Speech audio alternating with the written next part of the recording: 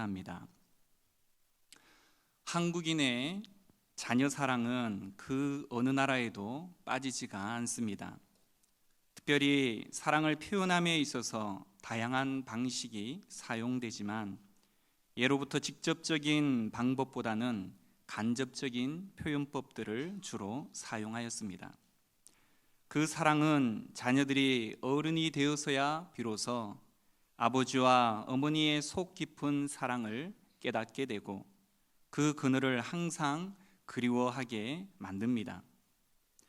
선조들의 자녀 사랑의 표현 중에 항상 엄하고 때로는 두려움까지 내포된 매가 떠오를 때가 있는데 그 매를 맞아본 사람은 밤새 끙끙 앓으며 억울함을 감추질 못하지만 그 사랑의 매로 인해서 우리의 본성, 즉 갓 태어난 송아지, 망아지가 천지도 모르고 사방팔방 뛰어다니다가 남의 밭을 망가뜨리는가 한 반면 돌뿌리에 걸려 본인도 큰 상처를 입고서야 후회하는 어리석음을 잠재우고 삶의 진정한 목적과 방향을 잡게 만든다는 것을 자식을 낳고 길러가는 과정에서야 비로소 깨닫게 되는 비결입니다.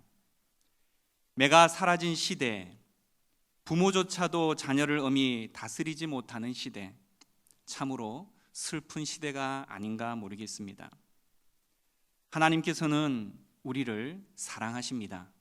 하지만 그 사랑을 표현함에 있어서 가볍게나 막무가내식의 사랑을 표현하시지는 아니하십니다.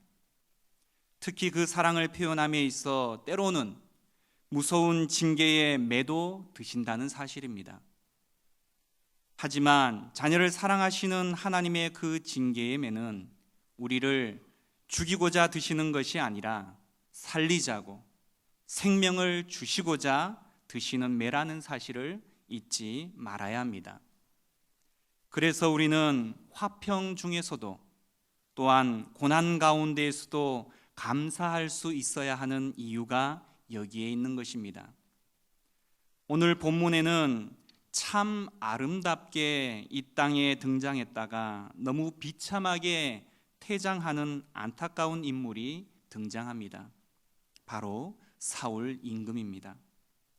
사울이 처음 성경에 등장할 때는 아버지의 놔기를 찾아 길을 떠나는 효심 깊은 아들로 나타납니다. 늙은 아비를 걱정하는 귀한 아들로 성경에 등장한다는 것이죠. 다른 사람보다 어깨 이상 키가 크고 잘생기고 인격도 훌륭했기 때문에 이스라엘 사람들이 임금으로 세우려 할 때 수레 뒤에 숨는 겸손함도 보였고 자기를 무시하는 사람들에게 인내하는 모습도 보였습니다. 그러나 시간이 지나며 사람이 변하기 시작합니다. 다윗을 만나고 그에 대한 시기심이 증가해가며 그의 삶은 변하기 시작했습니다. 결국 하나님을 대적하게 되고 비참한 최후를 맞이하게 됩니다. 그럴 일은 없겠지만 하나님 부르심 받아 첫 소명 받았을 때는 하나님 앞에 귀하게 쓰임 받겠노라 출발했지만 혹이나 시간이 지나며 불신자들보다도 더 참혹하고 안타까운 자리로 전락할 수 있는 자들이 바로 우리들이기에 오늘 이 말씀은 우리들을 향한 또 한 번의 축복의 말씀이 될 수 있다라는 것입니다. 우리를 겁주거나 조롱하려는 의미가 아니라 너희들은 그렇게 살지 마라, 그렇게 끝내지 마라 하시는 하나님의 음성으로 들으시기를 소원합니다. 오늘 본문을 통해서 각자에게 허락하시는 하나님의 음성이 분명히 있을 줄 믿습니다. 1절 말씀은 이렇게 시작합니다. 블레셋 사람들이 이스라엘을 치매 이스라엘 사람들이 블레셋 사람들 앞에서 도망하여 길보아 산에서 엎드려져 죽으니라. 블레셋이 이스라엘을 공격했습니다. 사울은 블레셋과 전투에서 자꾸만 밀려났습니다. 이런저런 작전 다 써보았지만 안 되었던 모양입니다. 그래서 잠시 길보아로 후퇴해서 뒤집기를 하려고 시도했는지도 모릅니다. 마지막 일전을 준비해 보려 했지만 그것조차도 잘 되지 않았습니다. 블레셋의 공격 앞에 막아내지 못했다는 것이죠. 패망이 가까우고 있습니다. 하나님의 진노가 사울과 이스라엘 위에 머물렀음이 분명하다라는 것이죠. 그러나 기회는 아직 있었습니다. 우리 예수 믿는 사람은 바로 회개한 죄인이라는 사실이죠. 천국 갈 자가 누구입니까? 죄 없는 자가 아니라 죄를 회개하고 하나님께 돌아간 자가 천국에 들어갈 자다라는 것입니다. 하나님의 사랑과 능력, 은혜를 믿고 돌아가는 자가 하나님 앞에 바로 서게 될 것이라는 것이죠.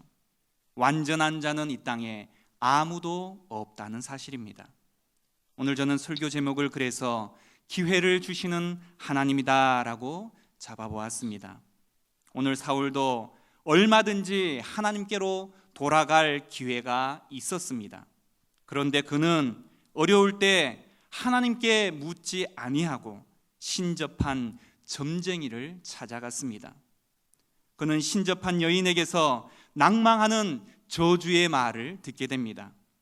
그러므로 싸워보기도 전에 이미 실패한 것이나 다름이 없었던 것입니다.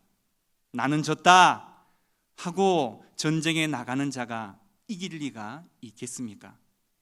이번 전쟁은 진다고 하는데 하고 총 메고 전쟁터에 나가 보았자 손이 벌벌 떨려서 방아쇠가 제대로 당겨나 지겠냐는 말입니다. 하나님의 사람 사울이 신접한 자를 찾아간 것은 결국 망하려고 찾아간 것입니다.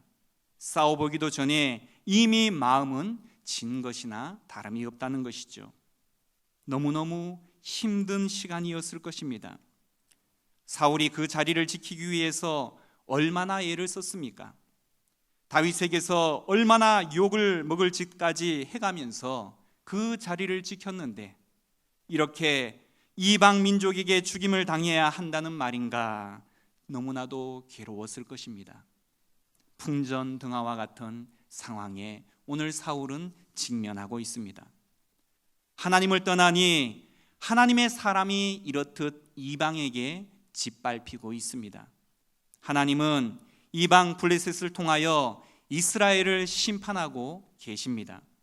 하나님은 자신의 백성이 계속해서 죄악 가운데에 머무를 때, 하나님을 외면할 때 그들을 이방인같이 취급하신다는 것입니다.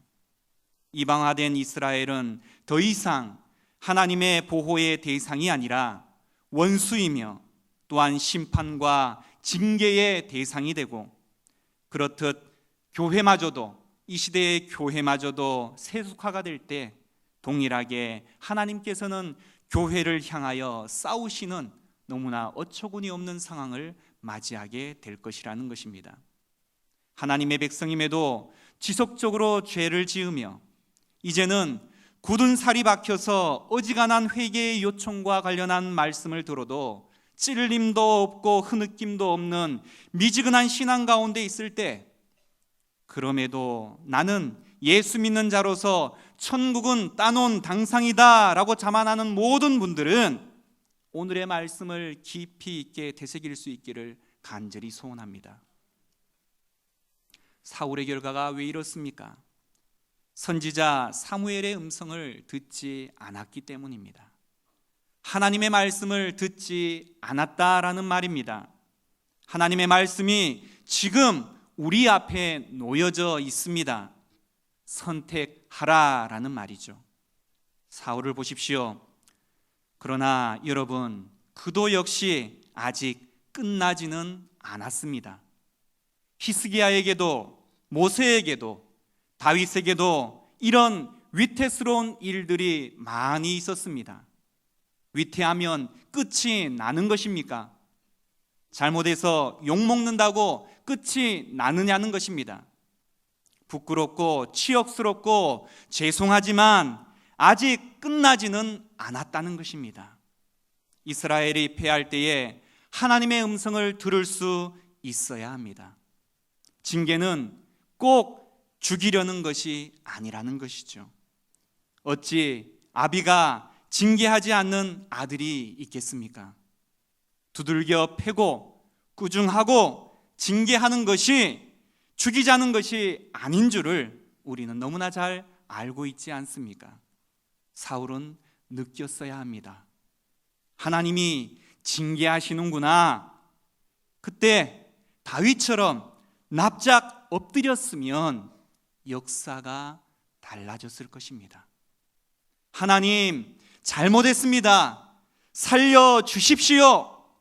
그랬다면 히스기야처럼 대왕이 되었을 것입니다. 그러나 그는 도망만 갔습니다. 돌아오라 사울아, 돌아오라 성민아, 돌아오라 하나님의 사람들아. 사울은 하나님의 음성과 손길을 거절했습니다.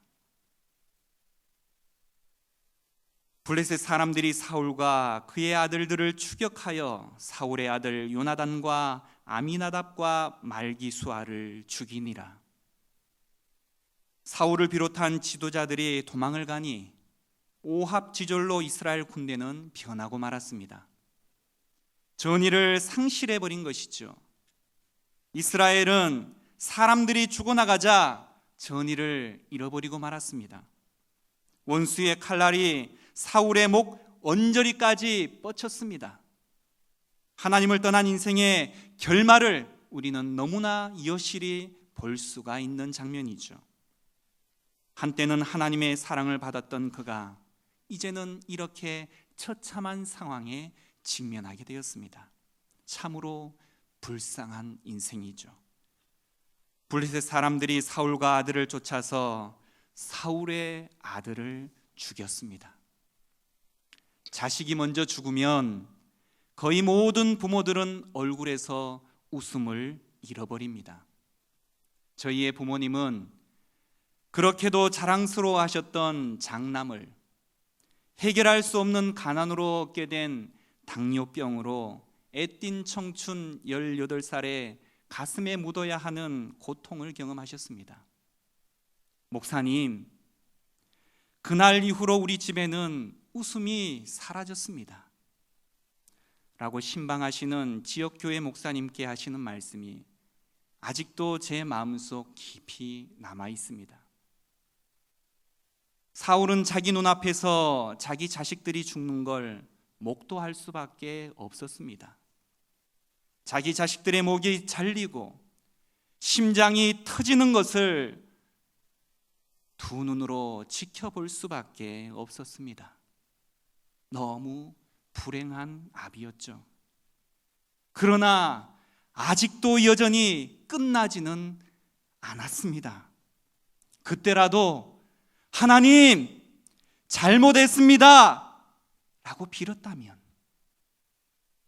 나 같은 인간 말종을 이 귀한 자리에 세우신 하나님, 잘못했습니다. 온갖 더러운 위선과 타락과 죄악의 모습을 하나님 회개합니다 했다면, 후히 주시고 꾸짖지 아시는 하나님께서 사울에게 자비를 베푸셨음이 분명합니다. 그러나 사울은 그렇게 하지 않았습니다.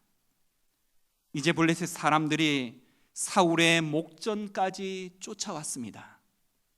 그러나 아직도 여전히 끝나지는 않았습니다.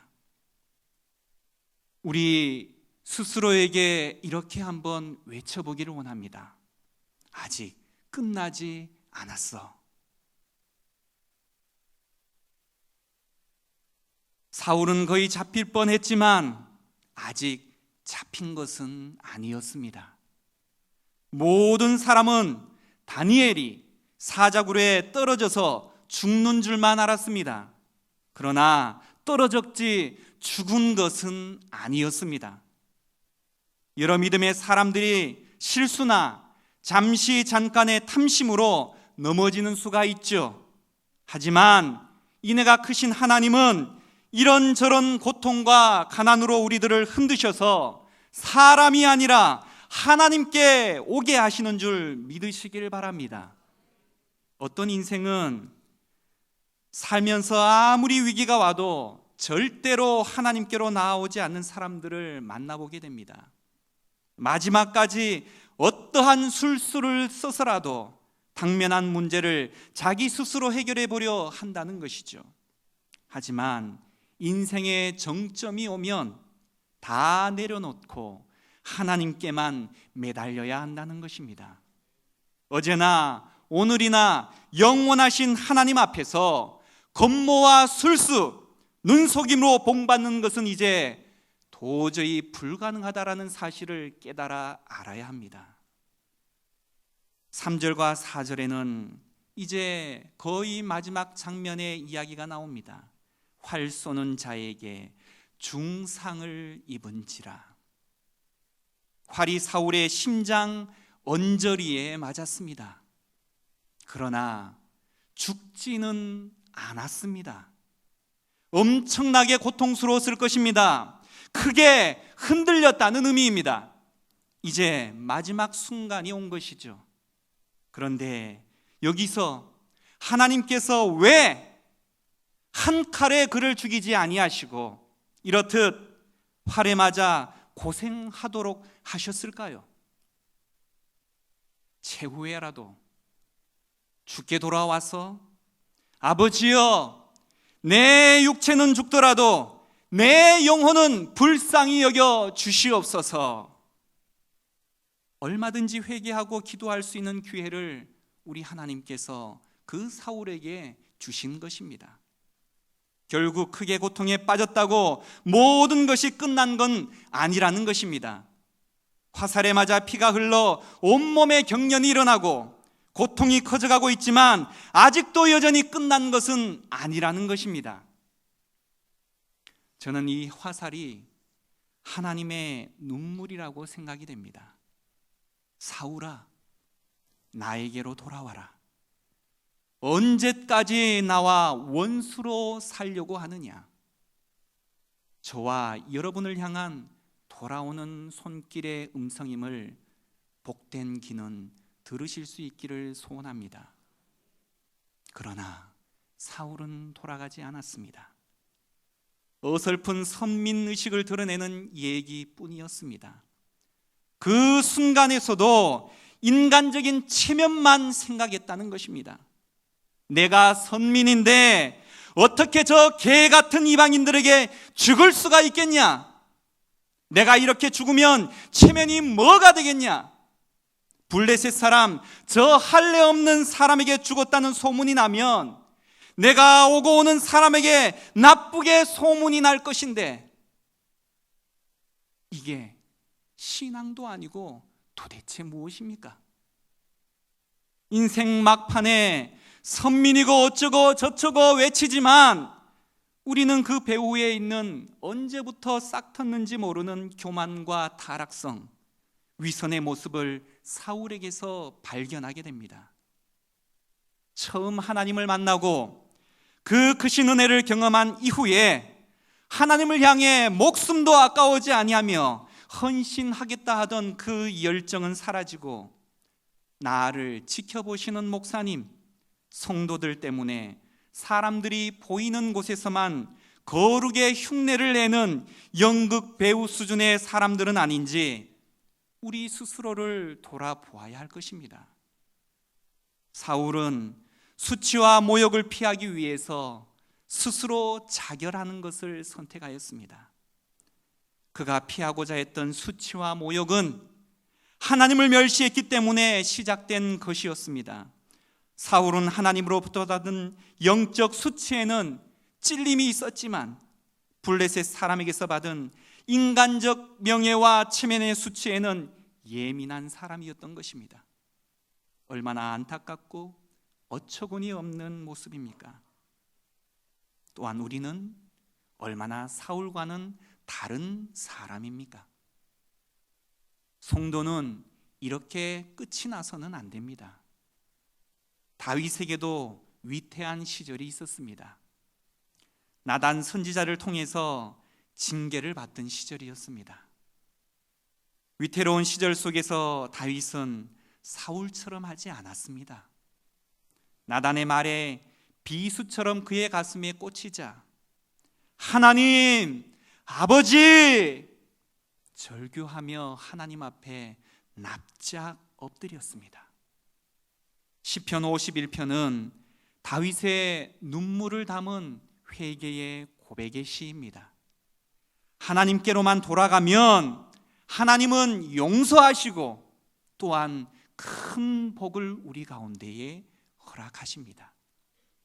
사울도 다윗도 야곱도 아브라함도 우리와 동일한 성정을 가진 인간이기에 그들도 실패를 경험한 자들이었습니다. 그러나 실패가 문제가 아니라 돌아서지 않음이 문제라는 사실입니다. 오늘 이 자리에 함께한 모든 성도들보다 더 연약한 저를 통해서 이 말씀을 전하게 하신 이유는 단 한 사람이라도 하나님께서 우리에게 하시는 말씀, 음란한 자리에서 돌아와라, 게으름의 자리, 나태의 자리에서 돌아와라, 속임수와 부정의 방법에 사업하는 자리에서 돌아와라, 미움과 시기, 질투하는 자리에서 돌아와라, 성도와 걸맞지 않은 자리에서 이제 그만 돌아와라, 이런 음성을 듣고 돌아오는 한 사람을 위해서 말씀하시는 것입니다. 말씀을 요약하겠습니다. 블레셋과의 전쟁에서 이스라엘은 참패를 경험합니다. 사울과 그의 아들들은 모두가 죽고 말았습니다.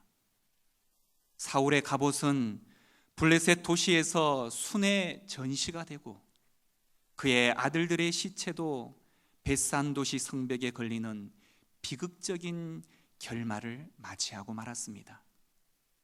수번의 기회가 사울에게 주어졌고 돌아오기를 기다렸던 하나님에게 사울은 끝끝내 돌아오기를 포기하였습니다. 결국 수치스러운 최후를 맞이하고 말았다는 것이죠. 계속적으로 하나님을 거부하며 이렇듯 반항하는 삶을 살아가게 되면 도저히 구제할 방법이 없다는 것입니다. 돌이키지 않으면 하나님의 진노의 심판을 면할 길이 없다는 것입니다. 하나님은 사랑의 하나님이시기도 하시지만 동일하게 죄에 대하여서는 무섭게 징계하시는 하나님이시라는 사실을 우리는 잊지 말아야 합니다. 그러나 아직 우리에게는 기회가 있습니다. 하나님이 주시는 기회입니다. 죄의 자리에서 일어나라고, 나태의 자리에서 일어나 열정을 회복하라고 포기하기엔 아직 이른 시간이라는 것입니다. 하나님께 돌아오기만 한다면 은혜와 긍휼이 풍성하신 하나님께서 용서하시고 일으키시사 다시금 시작할 수 있는 기회를 허락하신다는 사실입니다. 하나님은 오늘 그 한 사람을 찾고 계십니다. 그리고 그 한 사람을 통해서 하나님은 민족을 바꾸실 것입니다. 여러분과 저를 쓰고 싶어 하신다는 것입니다. 지금까지 권모와 술수, 모든 악한 방법을 통하여 일하는 삶을 살았다면 이제는 선한 그 하나님과 함께 일해 보시기를 소원합니다. 이러한 주의 음성을 들으며 정결한 마음으로 주님께 나아간다면 우리가 바로 축복의 통로가 되어질 것입니다.